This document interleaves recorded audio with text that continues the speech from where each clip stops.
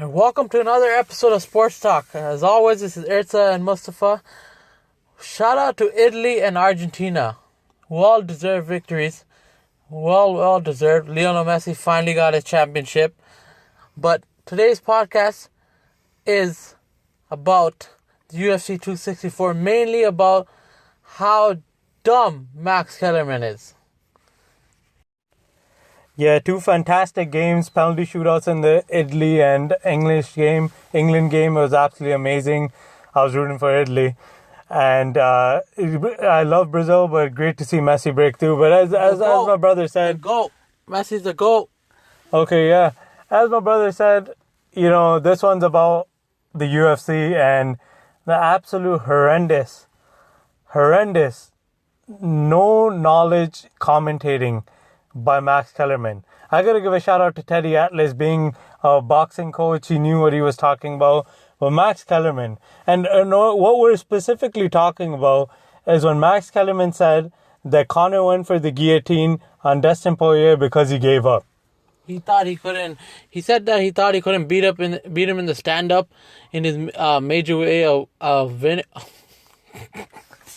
Fuck. What I meant to say is his major way of victory was to a stand up. So Max Kellerman was saying that he gave up, like he was getting beat in the stand up, so he went for the guillotine, which is the silliest thing I've ever heard, because he had the guillotine. They also train jiu-jitsu. It's just not he's only a stand up fighter. He also trains jiu-jitsu. He could have possibly tapped him out. That's the only problem I have when Conor fights. When Conor fights, it becomes a spectacle. No professionalism, nothing. These announcers should not be announcing a UFC fight. Max Kellerman knows nothing about mixed martial arts. Stephen A. Smith knows nothing about mixed martial arts. Even Teddy Atlas, as great as a boxing coach he is, or was, he knows not much about mixed martial arts. Leave the mixed martial arts announcing to the mixed martial artists. DC, Joe Rogan, John Anik, those people that have been doing it. Let me cut you off, because I agree with you, but DC also said a very, very dumb thing. So what DC actually said was that Conor shouldn't have went for the guillotine because Dustin Poirier is a better grappler. But if you have a submission, you have to take it. You have to take it. DC does not understand that Conor McGregor also trains jiu-jitsu. Does DC not get that through his head? That's the problem with Daniel Cormier too. He's retired. He's been acting up since he's retired. He can't beat John Jones. He's always going to be second best. Not even second best. But you can't beat John Jones. It is what it is. Learn about the game. He knows about the game. I can't say that. But that was a silly comment about DC. But back to Max Kellerman. Wow. He's been ruining basketball. Talking about basketball. Always hating on players. Always hating and saying Michael Jordan. I also think Max Kellerman said Michael Jordan's the greatest athlete. Not just basketball player. How can you say he's the greatest athlete when he only plays basketball? How can you say he's better than Wayne Gretzky? There's two different sports. Or Roger Federer, or Djokovic, or Usain Bolt, and all these athletes. Or Muhammad Ali, for that matter. Yeah. But yeah, Max Kellerman, I don't know. They need to stop with that.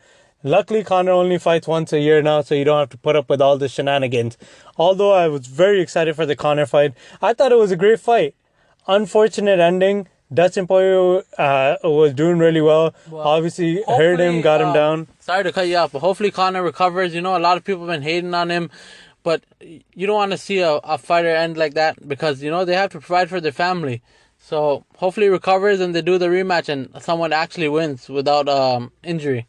Yeah, no, I definitely agree with that. As Ken Shamrock posted, root for the fighter that won, but don't hate on a fighter that lost due to an injury. There's no need for that in our sport. I know a lot of bad blood was there. A lot of things were said. A lot of really negative things were said, especially about Dustin Poirier's wife, which I don't think you should bring anyone's family members into it. But to root for an opponent, and kind of how Dustin was acting after the fight, because he didn't really win. He won due to an injury. I didn't like that. And I think Dustin Poirier is better than that. But hats off to Dustin Poirier. Fought an amazing fight. He was winning the fight, I believe. I thought he was winning the round 10-9. I would have given that round. Some people are saying 10-8, but I definitely don't agree with that. I think Conor was doing a lot better in the stand-up. When it got to the clinch in the side, that's when Conor, that's when it went downhill for him. And especially when he got taken down. As far as the guillotine, Dustin Poirier said he did put his neck in there to see if he's going to go for it. But like Dustin Poirier said, Conor hit him with the punch and almost finished him with the guillotine. So to say it was a bad move, I don't agree with that.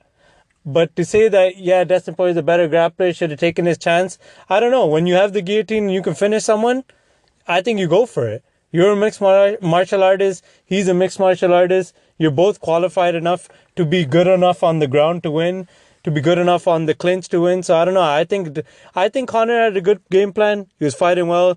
It just didn't go his way. Yeah, shout out to Dustin Poirier too. Even though the way he ended the fight he was like acting up like he actually won when the guy got injured. I didn't like that. I lost a lot of respect for Dustin Poirier after that. He's always acting like the nice guy. But I don't know exactly what Conor said to him. Like, I'm not agreeing about the stuff that Conor said too. That was very, very negative. But you shouldn't act like that after the fight when you actually never won. And to be real, Dustin should be the happiest guy in the world. He's getting a fourth fight with Conor. He's going to be practically the second richest UFC fighter of all time. Because he's probably making 15 to 20 million this fight. He's going to probably make 10 to 15 million next fight. He's going to make like 40 plus million, which most UFC fighters don't make nothing. So Dustin Poirier's life is set. 100% agree with that statement. This is better than a win for Dustin Poirier. Because he got a win. He got it without taking too much damage. Happened right away. But no one's going to really consider this a win. So now he gets another fight. You know there's going to be a fourth fight. Everyone's already agreeing to a fourth fight. And that's another payday for Dustin Poirier. Because let's face it, after this, there's no big payday for Dustin Poirier. He's not a big draw. Charles Oliveira is not a big draw. There's no one left in that division that's a big enough draw. And no one in the UFC has ever been a big enough draw like Conor McGregor is. So Dustin Poirier, this is the best thing that could happen to Dustin Poirier. And this is the best thing, other than obviously short of a victory, that could have happened to Conor McGregor. Because had Conor been knocked out, that's it. No, but Conor's injury, he might never recover. No. And be 100%. No, I'm not saying because the injury. Of course, the injury is really bad. You never know if he's going to come back to what he was. You never know if he's going to come back to even fight. Hopefully he recovers. Hopefully he recovers well. Of course, it's going to put a damper in his entire career. But losing would have been really bad had he just lost. Of course, the injury is terrible, but I'm saying it's better than a loss for Conor if he can recover, obviously. And we hope he can. I'd love to see a fourth fight. Can't wait for the next fight.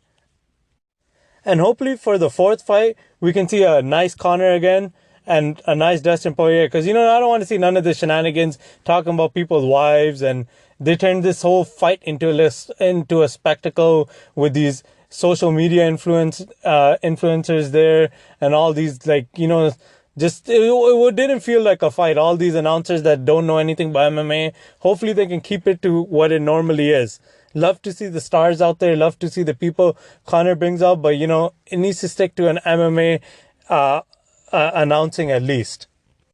And, for the UFC, there's really not many stars left. John Jones is not fighting. Anderson is not there anymore. George St. Pierre is not there anymore. Conor was literally the only other star that they have. Because, as you see, when Conor is not fighting you, their numbers are not well. So, Diaz can't do a million pay-per-view buys by himself unless he's fighting another top, celebrity type of fighter. Masvidal's just lost, so his hype is going to be down. He lost 2 in a row. So, I don't know what the UFC has to do next, but they're running out of stars until Conor comes back, pretty much. I think what the UFC needs to do is hopefully Francis Ngannou can win one more and take a fight card to Africa with the 3 African champions. And sell out a giant stadium, and that will be a big UFC. As big as Conor, I don't know, but maybe you can sell out a crowd bigger than that. No, but the crowd don't matter, because what really matters is the pay-per-view buys. Agreed. Because they're not gonna do as big as Conor's fight. So I guess we'll just leave it at that. UFC got to figure out develop do some developing on these stars and make. They're trying to do what's the name again? Sugar Sean O'Malley. They're trying to make him the next star. So if he keeps winning, they have a chance with him. Maybe if Jones comes back and fights Ngannou, that's a big fight. But I don't know. UFC's got to figure it out. Yeah, hopefully they can figure it out quick. They got some big stars. And hopefully we never have to see Max Kellerman and Stephen A. Smith ever announce MMA again. So that's it for today. That's for our podcast. Again, so happy for the Italian fans as well as the Argentinian fans and the Lionel Messi fans all around the world. Of course, feel a little bad for the English and Brazilian fans. I was a fan of the Brazilian team. But maybe the World Cup. Let's see what happens. That's it for this podcast. As always, it's been two Canucks up north, eh?